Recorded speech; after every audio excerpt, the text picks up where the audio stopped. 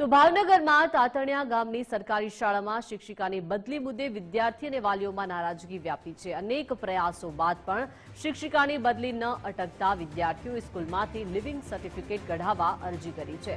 સમગ્ર ઘટનાની વાત કરીએ તો તાતણિયા ગામની સરકારી માધ્યમિક શાળામાં શિક્ષિકા તરીકે ફરજ બજાવતા નિમિષાબેને અગાઉ સ્વૈચ્છિક બદલી માટે અરજી કરી હતી અને જેના પગલે ધોરણ 9 અને 10ના વિદ્યાર્થીઓએ ગાંધીનગર સુધી રજૂઆત કરી હતી કે શિક્ષિકાને બદલી ન થવી જોઈએ અને કારણ કે તાતણિયા ગામમાં એકમાત્ર શિક્ષિકા જ છે તેમ છતાં પણ શિક્ષિકાની બદલી થઈ ગઈ, જેથી નારાજ થયેલા વિદ્યાર્થીઓએ સ્કૂલમાંથી લિવિંગ સર્ટિફિકેટ કઢાવવા માટે લેખિત અરજી કરી છે। વાલીઓનું કહેવું છે કે શિક્ષિકાની બદલી થઈ જવાથી બાળકોના શિક્ષણ પર નકારાત્મક અસર પડશે અને જેના પગલે એકસાથે 39 વિદ્યાર્થીઓએ લિવિંગ સર્ટિફિકેટ કઢાવવા માટે માંગ કરી છે।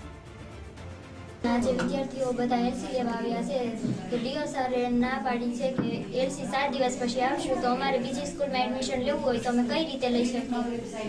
मैडम रहेशे तो मारा छोकरा भणाववा थाय छे नकर छोकरा घरे लईने साडी व्या जशुं खेतीना काममां चડાવી दઉં ना અત્યારે તો હવે મળે ઈ નહીં એડમિશન હવે છોકરા છોકરીનું તમે ક્યાંય જવા જ નથી દેતા ઘરની બહાર જ તા મેડમ રહે તો રાખો ને તો સલ્ટી લઈને જાય તો તમે સલ્ટી લેવા આવેલા છો તો સલ્ટીને શું કહીશ તમને? સલ્ટીનું ડીઓ એમ કે લઈ જાઓ 8 દિવસ પછી હું કીધું પણ 8 દિવસ નહીં મારે અત્યારે જ લઈને જવાનું છે।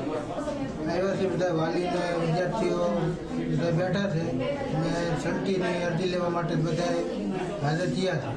આમાં સરકાર ઉપરથી એમ કહે છે કે 7 દિવસ સુધી સલ્ટી કાઢવામાં નહીં આવે એનો પરિપત્ર છે તો એ કયો પરિપત્ર છે તો અમને બતાવો।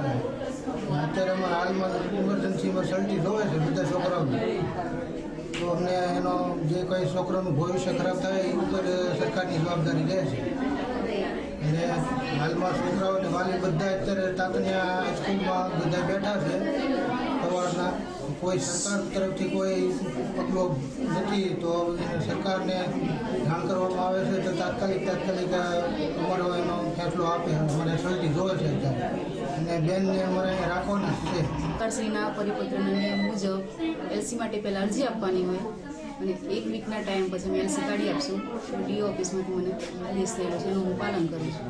સરકારશ્રીના પરિપત્ર મુજબ મને ટાઈમ આપવાનું કીધું છે।